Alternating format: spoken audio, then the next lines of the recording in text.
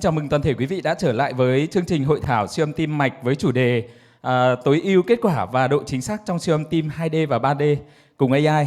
Và tiếp theo chương trình thì xin mời thầy thuốc ưu tú tiến sĩ bác sĩ Khổng Nam Hương và tiến sĩ bác sĩ cao cấp Đỗ Phương Anh sẽ tiếp tục điều hành phiên hội thảo. Xin trân trọng kính mời.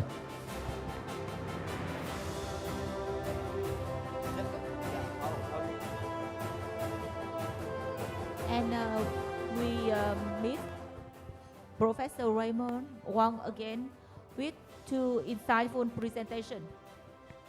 I'm sorry. Tiếp theo chương trình, chúng tôi kính mời đại diện của công ty Philips trình bày với nội dung ứng dụng AI trong siêu âm chẩn đoán tim mạch thường quy. Xin mời đại diện của công ty Philips.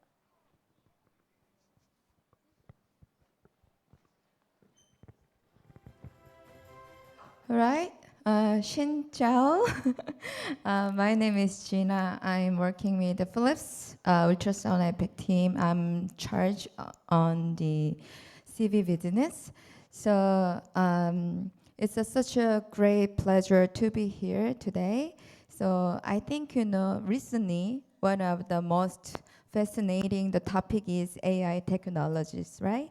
So I'm going to talk about the AI performance, especially for your daily practice, how we can support for your daily practice. All right, so before diving into the AI, I'd like to briefly share how Philips think about the AI technology. I think, we look at the AI is, as a solution-driven perspective. So nowadays, in healthcare environment, patients is really increasing, and the treatment is becoming more complex. And furthermore, the clinician is expected to do more with less time. So in this environment, so only improvement with the hardware only is not enough to get over those kind of challenges you've been going through. So we are talking about the AI. AI needs to help reduce your workload, entire your workflow, also, from the acquisition and measurements and analysis and reporting.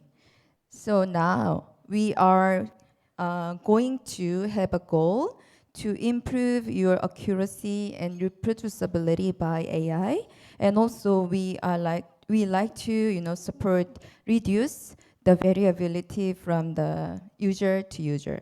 So these are our goal to go for the AI solution.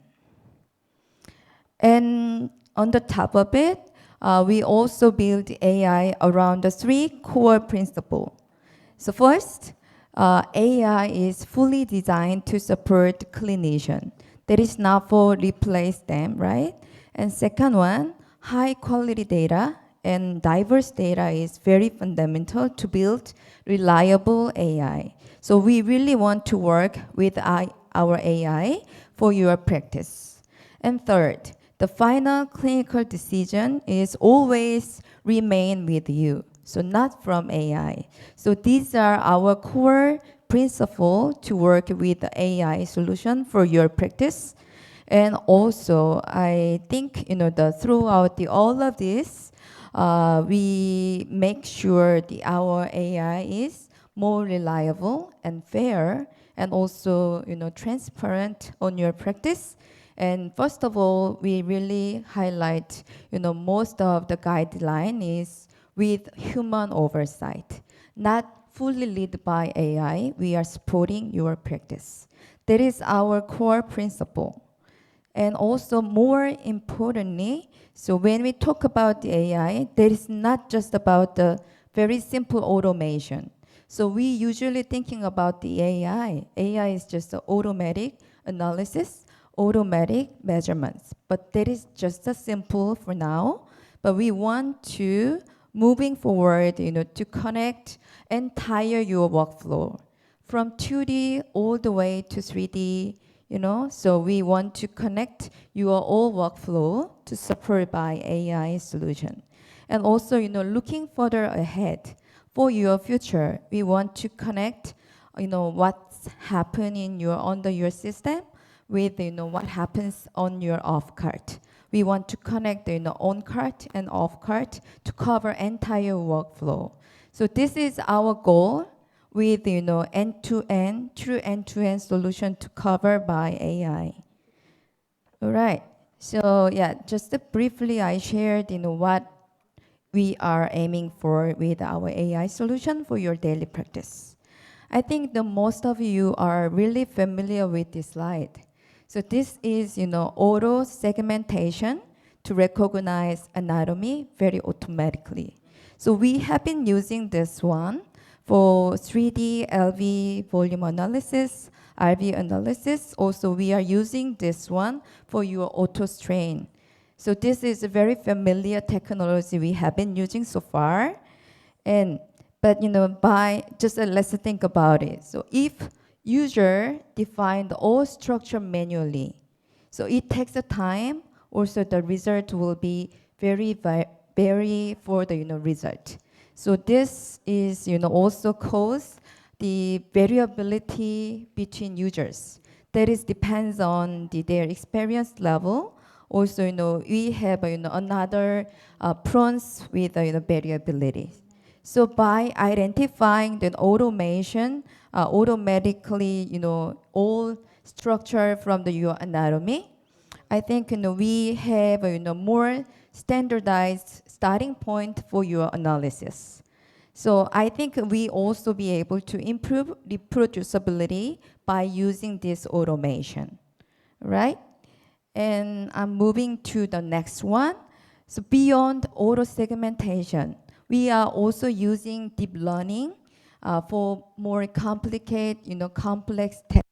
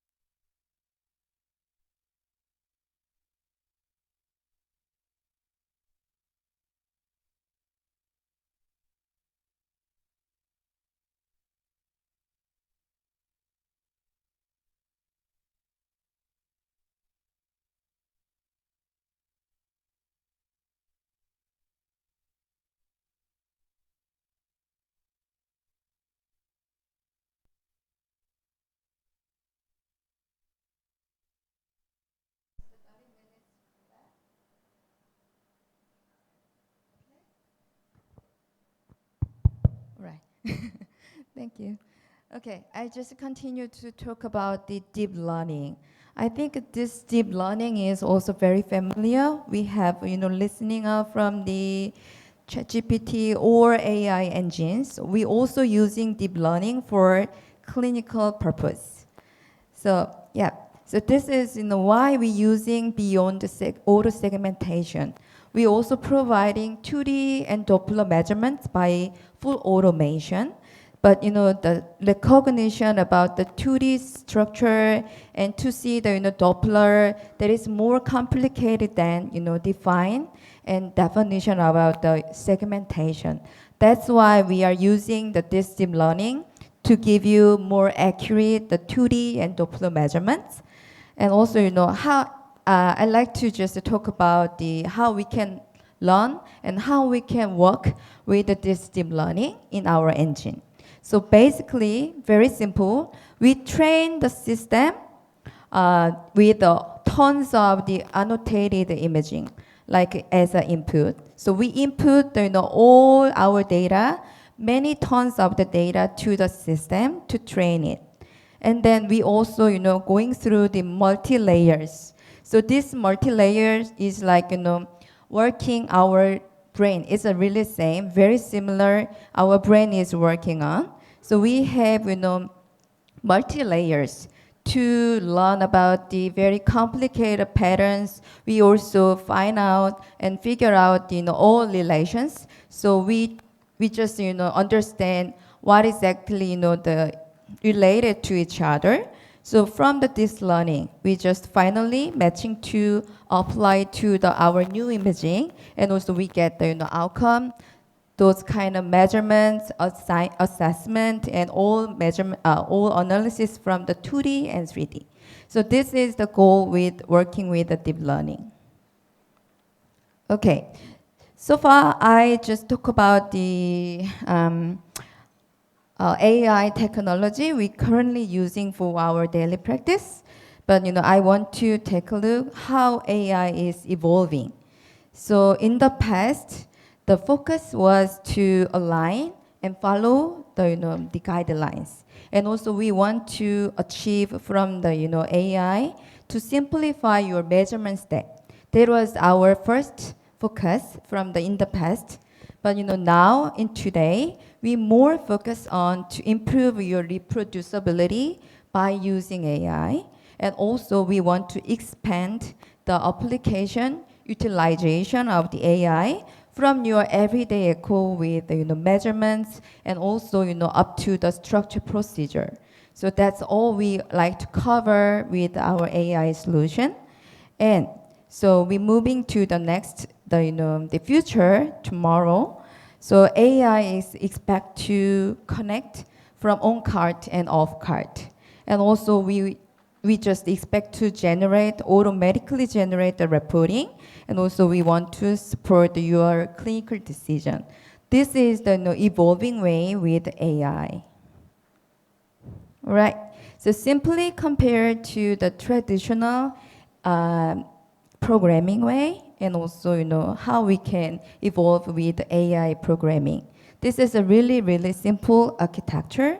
So as you see over here in the diagram, so we usually input our data, and also we human define the rules. And then the system learns, and ultimately we got the output. So we all also involve from the first. But on the other hand, AI programming, we input the data, and also we input the desired output, what we want to get output. So repeatedly the system is training, learning to how we can get there. So ultimately we get our desired output. So we have a little change steps, the programming about involving with AI. This is the next step to go for the future with AI. Right. So first step for the future of the AI, we recently released our Smart View Select application. I hope some of you have already experienced on this. So this application is fully based on the El Vivo Seamless algorithm. So this algorithm is, to identify the best imaging, optimal imaging for your strain, and ejection fraction, etc. So we identify automatically which image is best for your application. So you don't have to back and forth to find the best image from your thumbnail. So we can also streamline workflow, and also we have the very good standardized selection criteria. So I think some of you have already experienced. Okay, how it works. So while you are scanning, so this algorithm already learning in the background of your system. So once you launch your auto strain and auto ejection fraction, it always evaluate what is best for the U application. So once you just launch the U application, we can quickly start with the best imaging without manual selection from the thumbnail, right? So this is currently we are using with our AI now.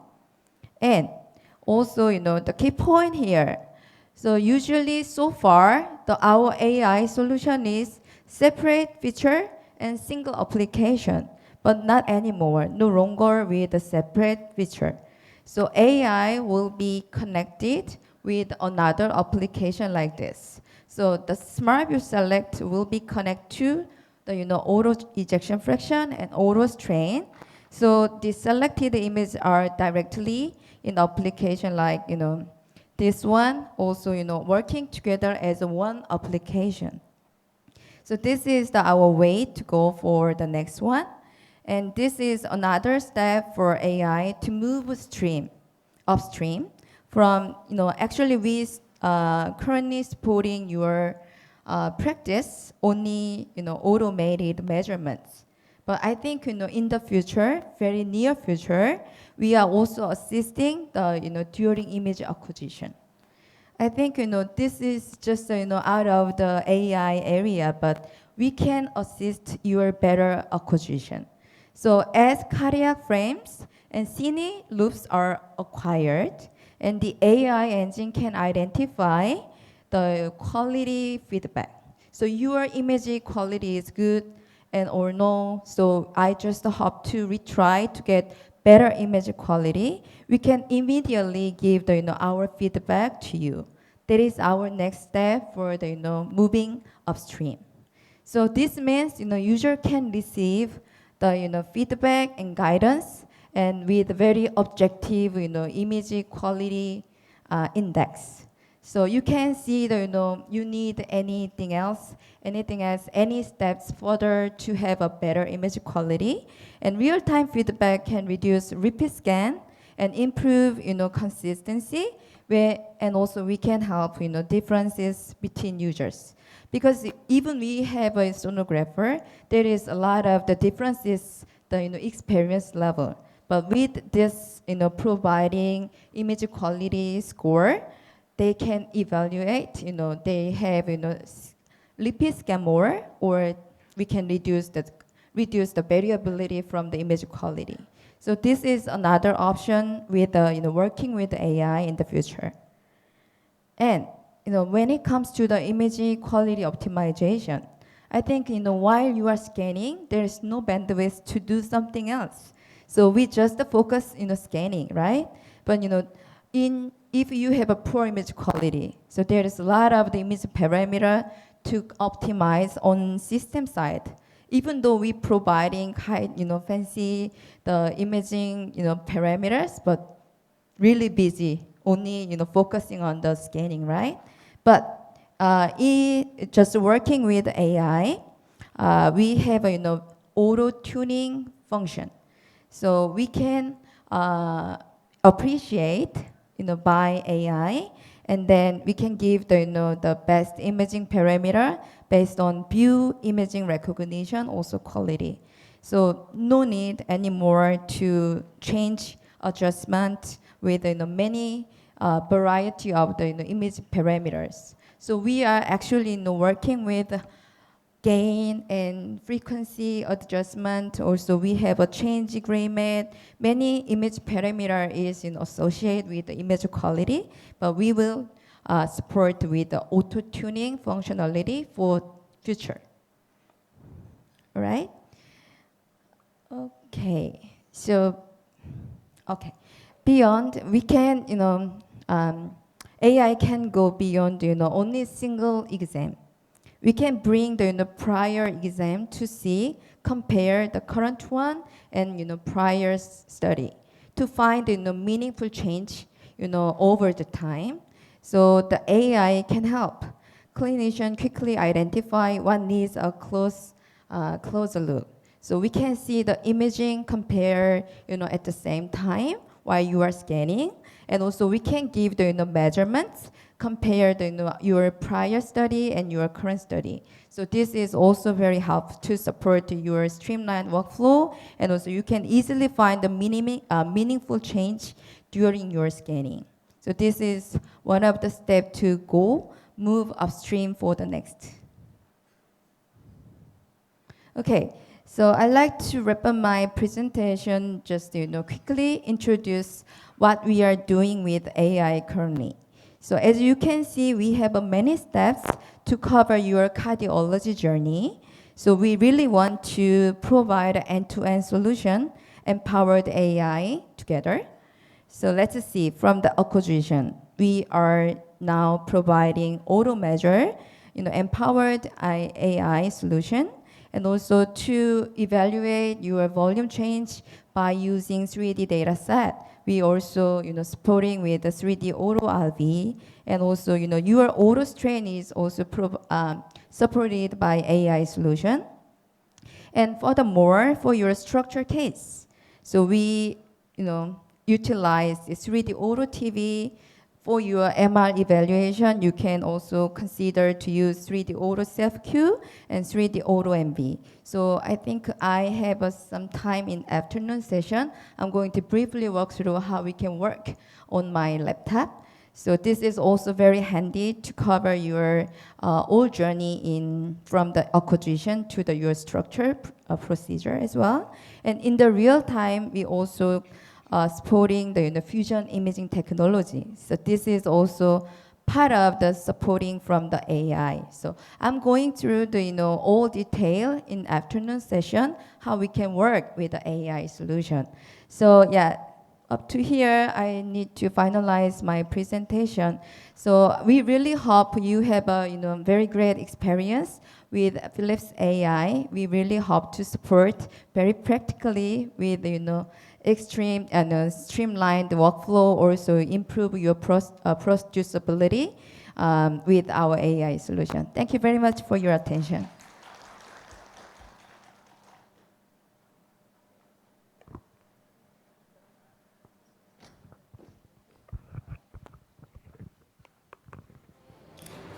And now, we are very pleasure to have Professor Wong again with two insightful presentations, a practical perspective in patient management and the role of 3D echocardiography in cardiovascular assessment. Please.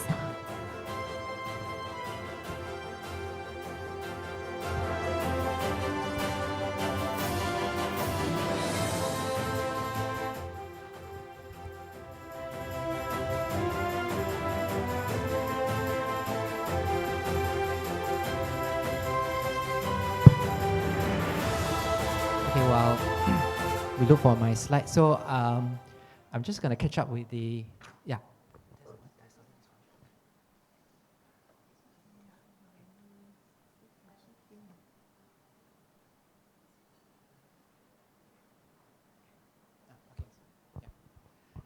All right, so this is a,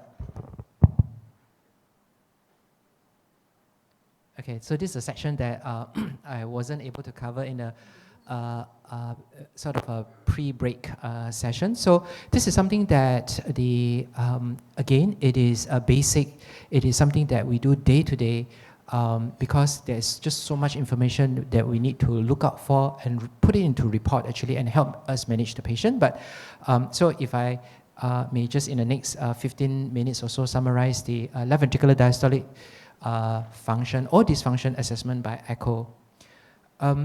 I thought this is something that brings us back to our medical school days, our physiology, if you recall, and where in the physiology of heart, the timing is everything. And timing, by timing, I don't mean timing according to the ECG. It's actually timing to the aortic valve opening and mitral valve opening. Therefore, the converse is also true. We need to time according to the aortic valve closure and mitral valve closure because that tells us what's going on in the left ventricle in relation to the left atrial filling and the pulmonary vein filling as well into the left atrium, then to the left ventricle. So this is the parameters for diastolic dysfunction. We kind of like need to commit them into our memory, although we can always write it down somewhere. In essence, if I may just spend a little bit more time here, in the normal diastolic function, and hopefully at all of us by that, I mean, so we have a high, let me see, yeah, okay, so here, you can actually see that when it comes to the mitral valve filling from left atrium to left ventricle, we have an E and A wave. So E represents the diastolic filling. So it is generated mainly by the shift of the mitral valve annulus and sort of a diastolic suction So we get a high E wave, and then that follows by the A wave, which is generated by our atrial contraction. So you can imagine that even in a sort of people who are above 80, 90 years old, atrial contraction, while it increases more over time, but it doesn't really make up more than 20-25%. So predominant, it should be E wave. And secondly is that the second parameter here is the ratio, and therefore across age, there can be a shift from the what is hopefully in all of us E taller than A, all the way to E shorter than A. But in the setting of left atrial pressure measure estimation, it would still fall within the same normal range. I'm going to go through a bit of E prime. So E prime is again what I mentioned earlier. In a systolic assessment of the left ventricle, we look at the S prime, which is the velocity of the myocardial movement during systole, but E prime is again during the diastole. The ratio of E over A is less than 8. The deceleration time, which is the time our E wave actually fills the blood from the left atrium to the left ventricle. So it should be somewhere between 150 to 220 milliseconds. It should not be too long, and it should not be too short either. And in a subsequent slide, I'm just going to demonstrate S wave and the D wave. That's on the assessment on the pulmonary venous filling. And there are some important diastolic here. So to put it all in words, these are the standardized parameters that we look for in our day-to-day practices, and because that will give us actually a clearer assessment of how the LV is doing in terms of the diastology, and that is really important when we suspect or when we manage patients with heart failure preserved ejection fraction, as well as the age-related changes, not to mention the in myocardial ischemia, post-myocardial infarction as well. So this is actually a busy slide, so I didn't intend for all of us to, again, go back to the textbook and kind of like commit them to memory, but what I hope actually to share with you is the rationale and the understanding behind why we are looking for these parameters and what it means to have those abnormal parameters. So I think that will be better illustrated over here. So this is the current grading of the diastolic dysfunction, and I'm sure that we have seen this all too many times, and sometimes we kind of like just do pattern recognition and then just grade it. But what it actually means to us, and especially for myself when I look after heart failure and patients with cardiomyopathy, so it is, I can only categorize it this way, okay, to make it simple, sort of straightforward for everyone to remember. So first of all, if we see a normal young patient who comes in, who maybe for murmur for investigation and requires some form of a diastolic assessment, then by and large, this is what we're looking at, the E taller than the A, and then finally, in terms of the tissue Doppler assessment, E prime, again, here, taller than the A prime.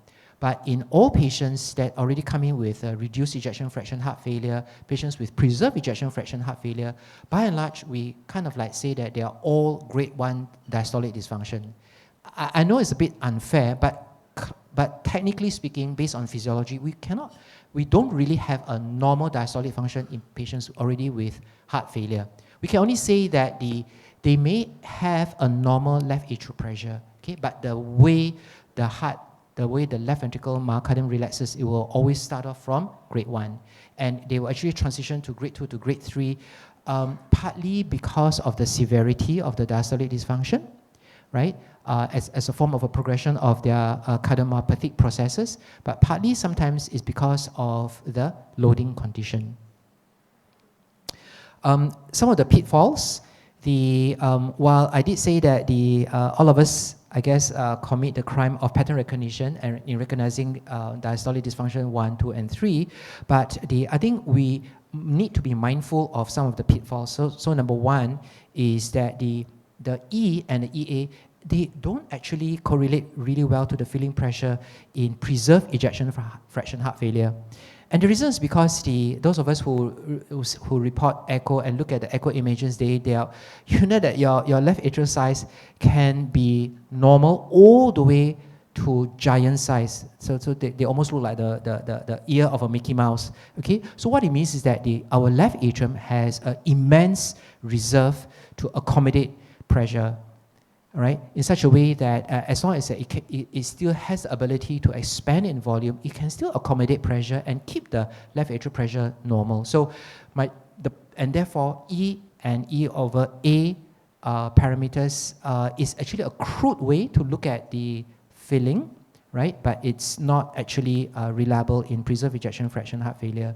And I did mention that now we regard everyone with a reduced ejection fraction heart failure, and to a certain extent, preserved ejection fraction heart failure to have a grade 1 diastolic dysfunction. E prime is something that we kind of like pay a lot more attention, and the reason is because the E prime measures the velocity of the myocardial movement. Okay, so to a certain extent, in that sense, it actually auto-corrects itself for load. Not all the time, but most of the time. So that's something that we look at a bit more often. So when we turn on the tissue Doppler imaging and we pulse wave onto the mitral annulus, the medial, which is a septal, as well as the lateral, this is what we get, E prime and A prime, and the ratio of which in relation to E over A filling, that will actually, over here.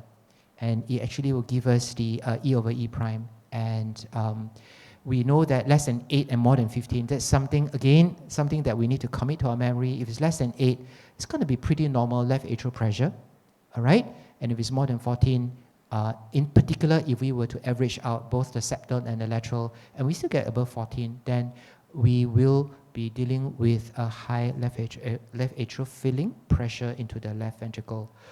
Pulmonary vein is something that takes a little bit of technical capability here, and I'm sure my sonographer Jolie will attest to that. We typically get this on the apical 4-chamber. Foreshortening is fine, but we have 4 pulmonary veins, left upper and lower and right upper and lower. So usually on the apical 4, all we could get was the right upper, and sometimes lower. It depends on how deformed, how dilated our left atrium is. So be that as it may, I think it's fine because all the pulmonary veins eventually drain to left atrium. So it's going to face the pressure building up over the left atrium. So looking at the pattern is really critically important. So S1 is due to the left atrial sort of a suction with the closure of the mitral valve. And S2 is when our right ventricle contracts, and therefore it kind of like push a pulse wave down to the left atrium as a downstream, right? Because right ventricle contracts across the pulmonary bed, and then the blood enters the left atrium. So that's how we get S1, S2, and the diastolic filling over here. And this one occurs because of the transient rise in pressure before our tricuspid our mitral valve opens, and then you get the drop in pressure rapidly. So in a normal diastolic function, then the S and the D ratio is in favor of S, such that we get a ratio of more than 1. However, with the increasing left atrial pressure, the ease with which the pulmonary vein fills the left atrium goes the other way around, right? It goes the other way around, and it is much less successful for the pulmonary vein to drain blood into the left atrium. I don't know whether I make it sounds more complex or simple, but suffice to say that if there's nothing else we can remember from the hemodynamics of how the pulmonary vein drain blood into the left atrium, suffice to say that the normal ratio is S bigger than D. However, if we have an S smaller than D, then we definitely have a situation of a high pressure in the left atrium. I'm just going to skip the IVRT, but so this is the grade 1 impaired diastolic dysfunction, and these are unfortunately a series of numbers that we kind of like need to commit. So for all the residents as well as the junior doctors, sometimes I just ask them to just print out the table and whenever they report echo, whenever they do echo actually and get those numbers. So there are changes that I may not have time to explain exactly stage by stage why it changes this way, but suffice to say is that the atrial contribution becomes higher, and E over E prime becomes shorter than, still smaller than 8, and then but the deceleration time becomes longer and longer as it goes from grade 1.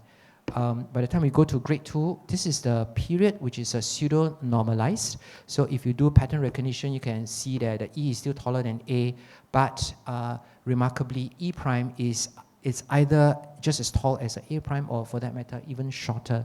And all we need to do is just sit the patient up, or actually on the echo bed, ask the patient to do a Valsalva maneuver, and we can then immediately get the E to A ratio looking like this one all over again. So this is pseudo-normalization stage, or the grade 2 stage of diastolic dysfunction. Yeah, so this is what I refer to, doing a Valsalva maneuver. And then last but not least, this is a grade 3 restrictive filling, when you can actually see that the E wave is really tall, the deceleration time is really short, and the ratio of E over A typically is more than 2, although anything more than 1.5 is highly significant, and E prime in this case goes back to taller than A prime. So to put it all together, I thought this will make it simpler, because I'm afraid I need to apologize, because just now in the past few minutes I've been throwing a lot of numbers that unless you report echo day in, day out, or if you manage heart failure patients day in, day out like myself, those numbers don't always come in so handy. But so step 1 when assessing diastolic dysfunction is this: look at E prime. Okay, that's the first step we do, and that's what actually I do all the time as well. Look at the E prime, and if E prime is less than 6 cm per second, lateral less than 7 cm per second, or the average less than 6.5 second, we have diastolic dysfunction, period. Okay? So that's number 1. Number 2, step number 2, then we look at the remodeling and the evidence for high LA pressure. So if the average E over E prime is more than 14, if the left atrial, this is a reservoir strain, which I'm going to cover slightly later in the LA strain. We have an afternoon demonstration, I believe. Less than 18%, now 20% or more is regarded as normal. E over A is either less than 0.8 or more than 2. Remember, this is either diastolic grade 1 or 3. And last but not least is that the left ventricular volume corrected for the body surface area more than 34 mils or cc per meter square. And if we have step 1, less than 6.5 average, and then any 1 or more of this, then we definitely have a diastolic dysfunction present, and almost always it means an increase in left atrial pressure. If the E prime or the average E prime over the medial and lateral is not less than 6.5, but we have 2 or more of these parameters being present, again we have a diastolic dysfunction at hand. Now this is the last slide that I'm going to conclude my talk on the diastolic dysfunction. It's a little bit busy. This one, the difference between this particular slide and this one is this. This one tells us that we have a diastolic dysfunction. Then from there, it's quite easy to grade it 1, 2, or 3. But this one, in addition, it tells us it kind of like factor in the left atrial pressure, and this is based on the Society of Echo 2025 revision. I do find that this is a more challenging concept and estimation, definitely for the trainees and the residents. So what it means is this: again, go through the steps that I mentioned in step 1. So if the average is less than 6.5 cm per second, there is evidence of E over E prime, remember 14 average, and then TR velocity more than 2.8 meter per second. If we have none, right, 0 out of 3, normal. If we only have a reduced E prime, remember I mentioned that the step 1 we want to decide whether E prime is reduced or not, then by looking at the E/A ratio, if the E/A ratio is still less than 0.8, we still have a diastolic dysfunction, but normal atrial filling pressure. What it means is that our left atrium is accommodating. That's all it means. Okay, that's all it means. But if it's above that, then we then look for other parameters to tell us how severe the left atrial pressure elevation is over here. So I think for the audience, I would say that we have to keep this in mind when we grade the diastolic dysfunction, as well as the absence or the presence, concomitant presence of left atrial filling pressure. So this is all I'm going to say about diastolic dysfunction. I did say that we can make it as basic as we want to be, pattern recognition, or we want to make it as complex as we want to be by factoring in hemodynamics and left atrial pressure. How useful it is in our day-to-day echo lab practice is critically important for me because I look after cardiomyopathy and heart failure patients. It is critically important for me and my colleagues because in Singapore we have one of the oldest population in the world, and everyone comes in with, "Doc, I'm short of breath when I walk." I'm like, okay, fine, no, but you're 85, maybe it's okay, but it's actually not okay because we still, just because someone is above 85 doesn't mean that that person deserves to feel short of breath when he walks. We still want to know what is the underlying problem with the heart. And EF of 65% doesn't mean anything at all, okay? All right, in the interest of time, I'm going to switch over to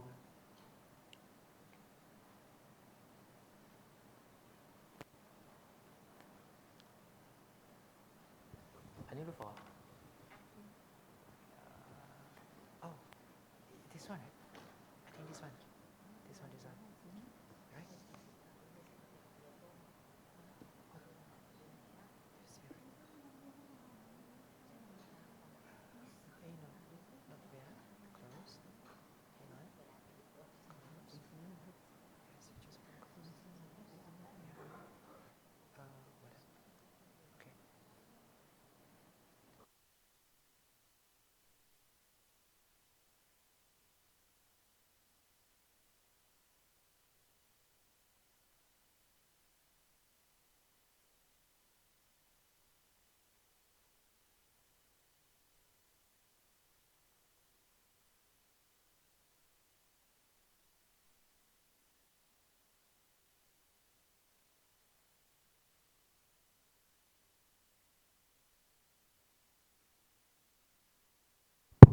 In the next 20 minutes or so, I'm going to share with you more about strain.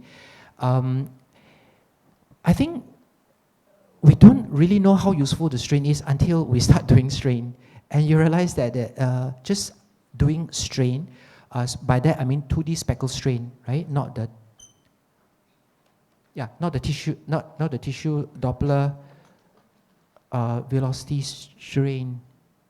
Yeah, it actually opens out a whole new world because until we do strain, we kind of like cannot characterize all the patients that, first of all, Dr. Martin has shown you when patients demonstrate what appears to be globally normal left ventricular function on an eyeball, what appears to be a globally normal wall thickness and wall motion, but the strain actually shows a regional abnormality. And last but not least is that in every single left ventricular hypertrophy patients, just turning on the strain will actually help you characterize.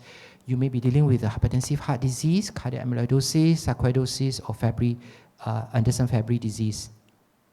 Okay, so it would be incomplete and injustice to start the talk on strain without talking a little bit more about how the myocardium are arranged in our heart. So first of all, we have a left ventricle and a right ventricle, okay?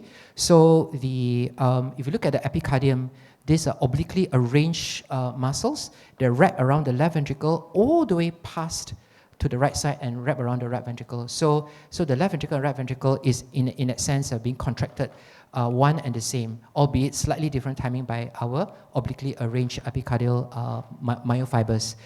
The endocardium is a little bit different. It's literally longitudinal. And that's the reason why in today's talk, again, if it is a take-home message they want to bring home, and that is that when we talk about strain for left ventricle, it's almost always the longitudinal strain. And because longitudinal strain is predominantly, in fact, it's quite exclusively found in the endocardium. So what we want to do, what we want to know is what is wrong with our endocardium. And we do understand that anything that goes wrong with our coronary artery disease will affect the subendocardial layer first and foremost before it becomes mid-myocardium or transmural. Okay? So that's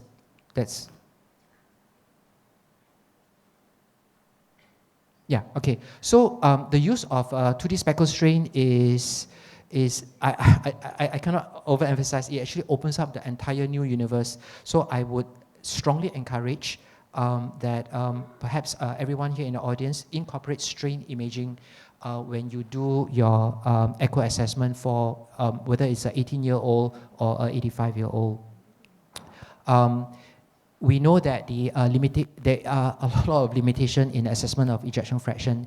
And again, in a setting of a severe mitral regurgitation, what does EF means? I'm less clear because a lot of blood goes back to the left atrium anyway. So we all have experienced that once we surgically correct the mitral valve, ejection fraction drops from 60 to 20% the very next day. Okay, so given the multitude of issues related to ejection fraction, it makes actually perfect sense to say that let's don't look at how much blood in and out for once, okay, for a while, and let's look at what the muscles are doing. So this is a deformation, and I'm just going to spend a minute here.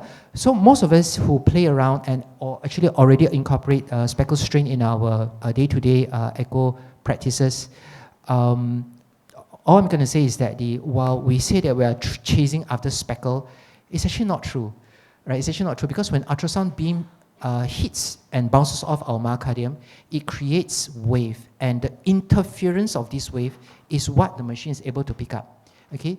But it doesn't matter because the interference follows the myocardial movement. So if your myocardial movement moves 20%, then the interference wave will pretty much move 20% as well. So therefore, it is still valid to say that by chasing after the speckle, which is actually the interference wave, we are still tracking the myocardial movement.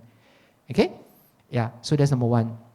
Number two, if we look at the left ventricle, right, the surgeon's view, when they look down from the base to the apex of the heart, then at the base, the epicardium move clockwise, but the endocardium move anti-clockwise.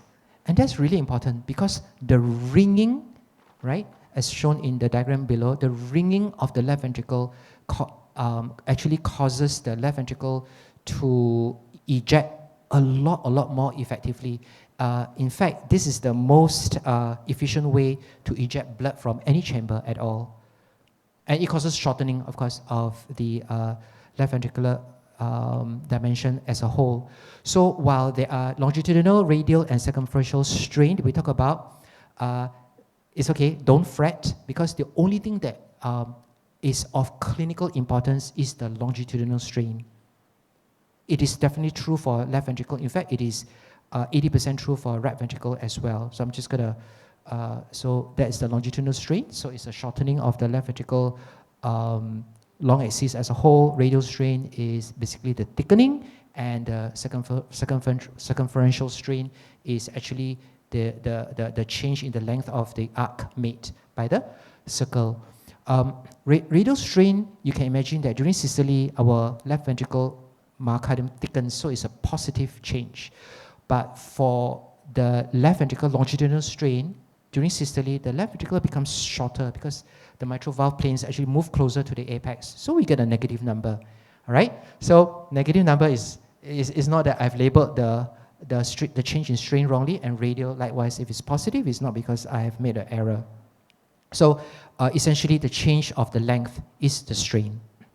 I'm just going to move. Okay, so what do we use for the global longitudinal strain? So now I'm going to switch focus to just global longitudinal strain. I'm going to ignore, for the purpose of this talk, radial strain and circumferential strain, which are less important. So what we do is that later on during the live demo, we're going to show you how to acquire strain. It's actually the Philips machine make it really, really easy to acquire. And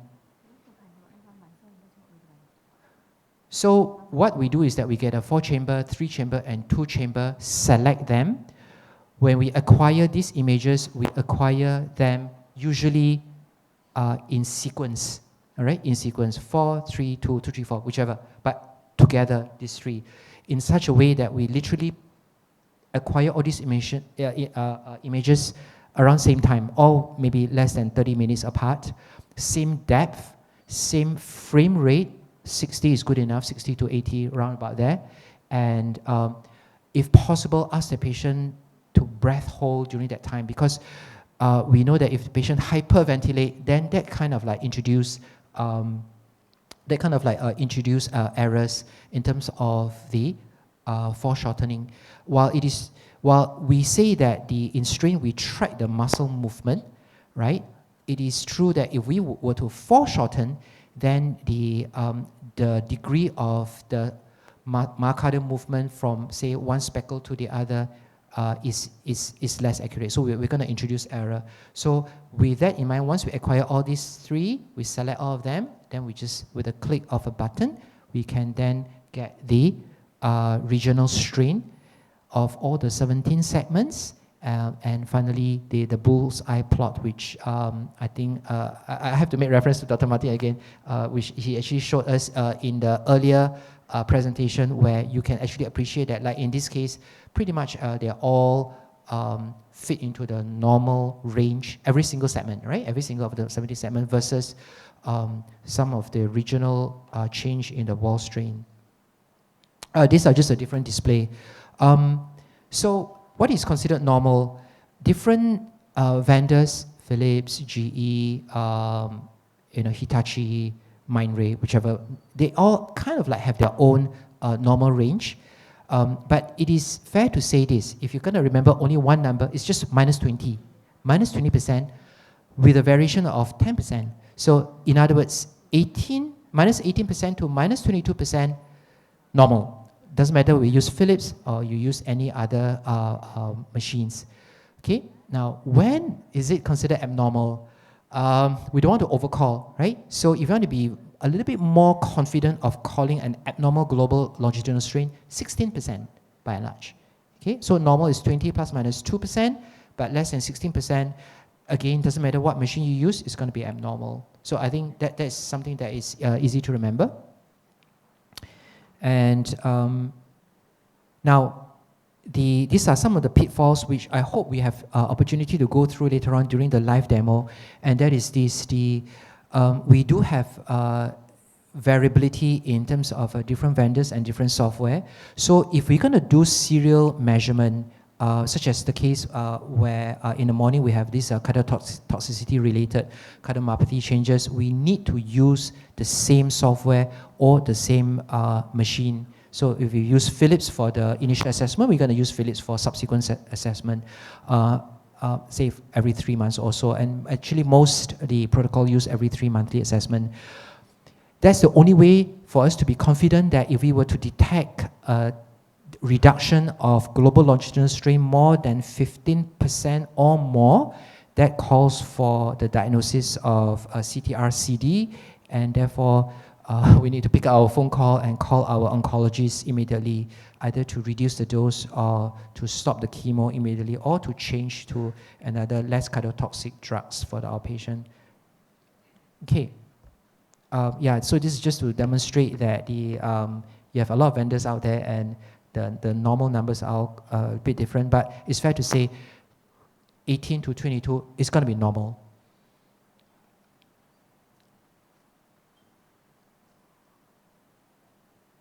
Okay, number 2 is that when detecting the interference wave, and for the purpose of this talk, I'm just going to refer them to speckle. To detect speckle correctly, what the software does is that the software actually draw a box. So the software is not going to be good enough to track one speckle by one speckle by one speckle. I mean, no one's going to do that, right? and the ultrasound interference wave will not be good enough for you to track one speckle by one speckle. So what the software does is that it actually draw a box, and within the box there can be 20, 30 different speckles. So it's actually tracking the the change in this entire box of speckles. So there are many of them over a period of time. Okay, systole to diastole pretty much. So what it means is that we need to give the software an opportunity to track it correctly and accurately. If not, the study is of no use for interpretation. So this one, whatever the software generate, do not believe, because it's not going to, I mean, there's hardly any reliable speckles to track in that for that matter.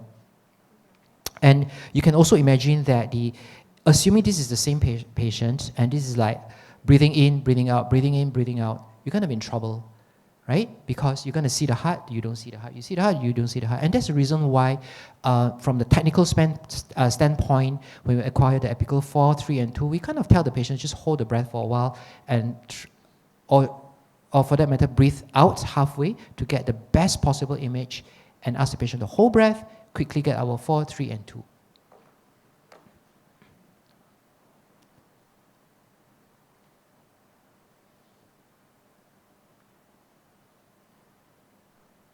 Okay, now even if we acquire the best possible strain images, and therefore we generate our regional strain numbers as well as our average global longitudinal strain, but bear in mind, number one is the wall thickness.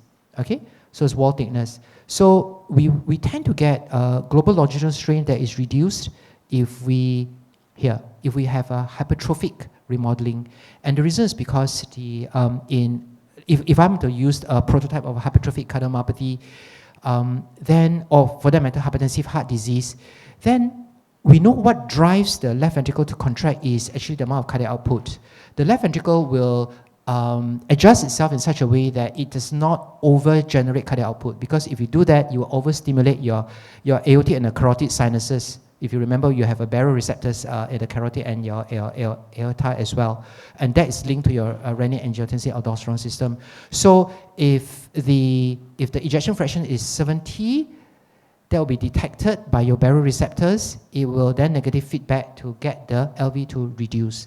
Okay, so suffice to say is that if we have a severely hypertrophic left myocardium, then the movement, the amount of contraction that our myocardium needs to generate every single cycle is less. It's part of the accommodation. So in any clinical condition that has increased afterload, your aortic stenosis, hypertensive heart disease, or something that is sarcomeric mutation, such as that of a hypertrophic cardiomyopathy, we're going to get a reduced GLS.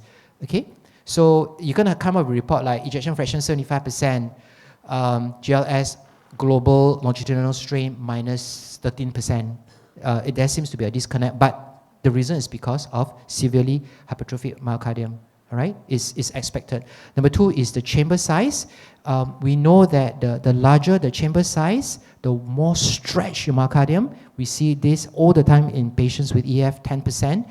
Then, needless to say, that because of the immense stretch that is already in existence during diastole, there's only so much longitudinal strain our LV can generate. But it's also true that the reverse is also true in our athlete heart, our 18-year-old sports person representing the country. Sometimes they do have a larger LV volume to accommodate for exercises. They can also then get higher than expected global longitudinal strain. So my point is that if you have a heart that is immensely dilated, you will want to interpret your global longitudinal strain with some recalibration in mind.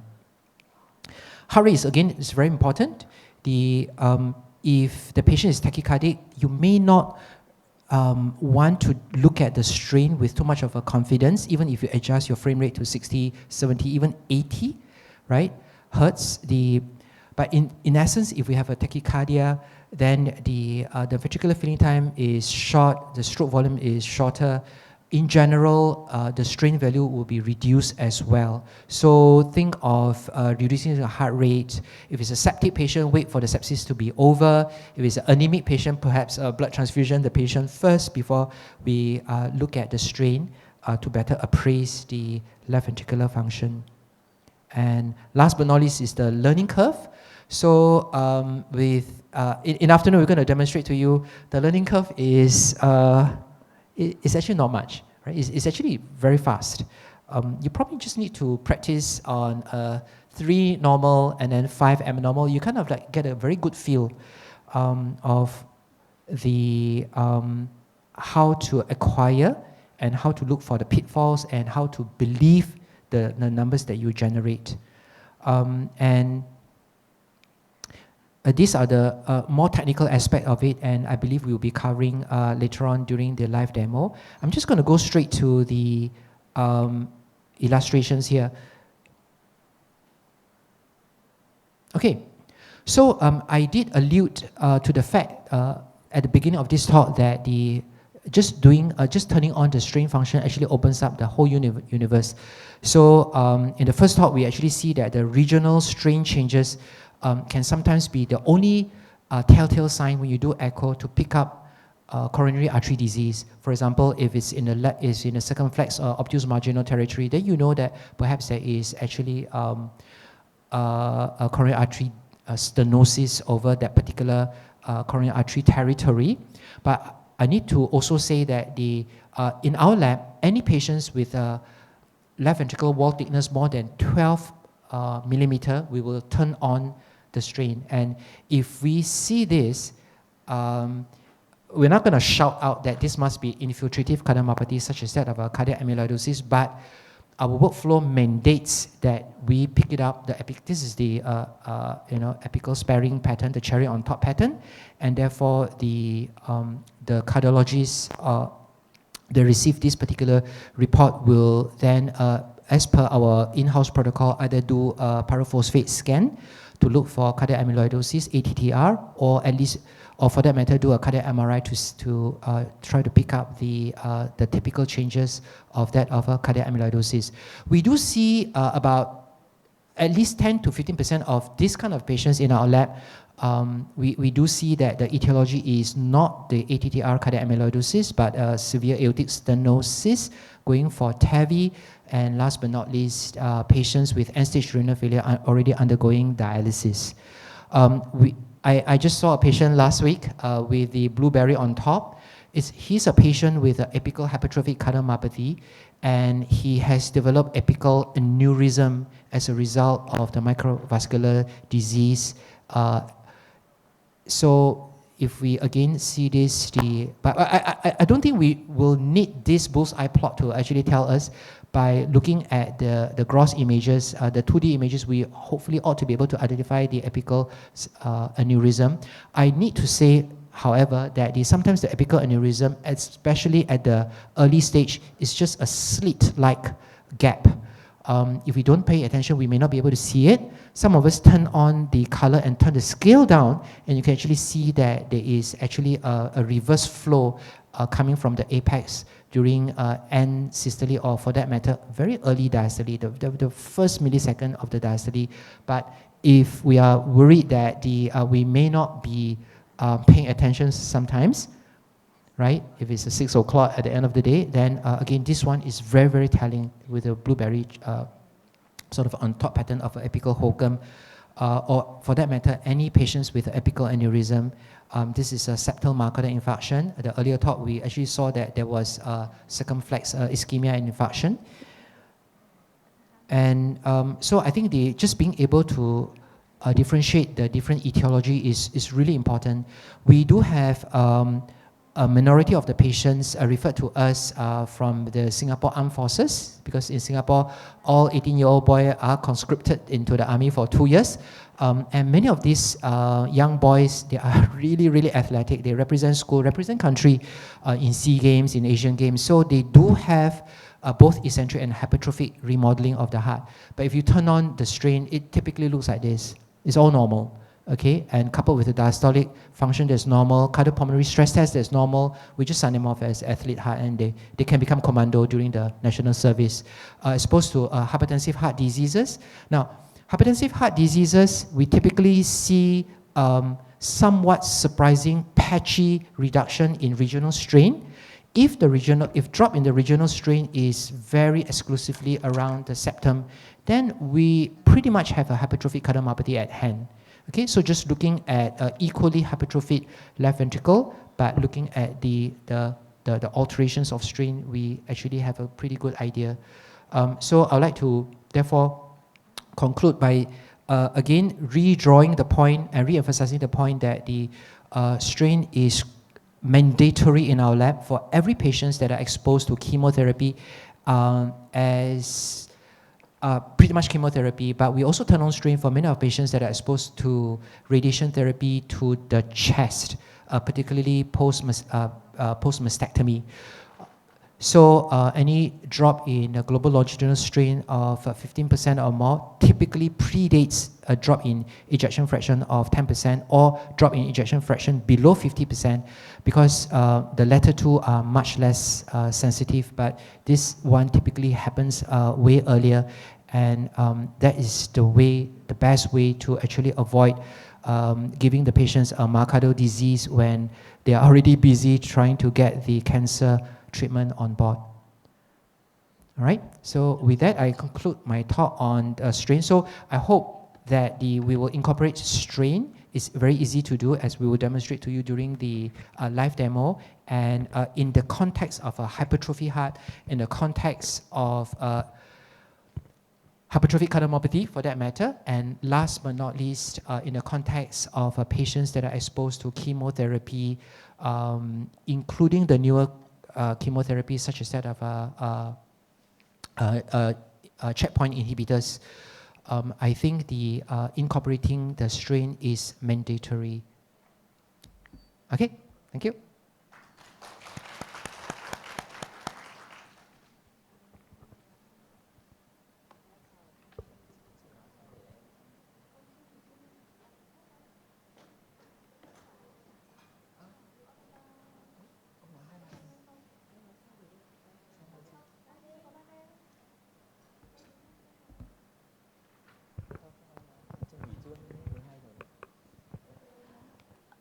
Professor Raymond, what about the presentation, the role of 3D echocardiography in cardiovascular assessment?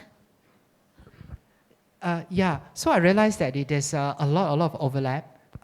The first speaker already showed us quite a few of the 3D functionality, and then the Professor Kong's talk and live demo in the afternoon will also show us the 3-dimensional assessment of valve. And I think the mainstay of and the strength of Philips 3-dimensional echo capability is the assessment of valve, mitral valve, tricuspid valve, as well as your aortic valve. So if you allow me, I would like to defer the deliberation on the functionality of Philips 3D echo to the afternoon when we talk about valve. Thank you so much.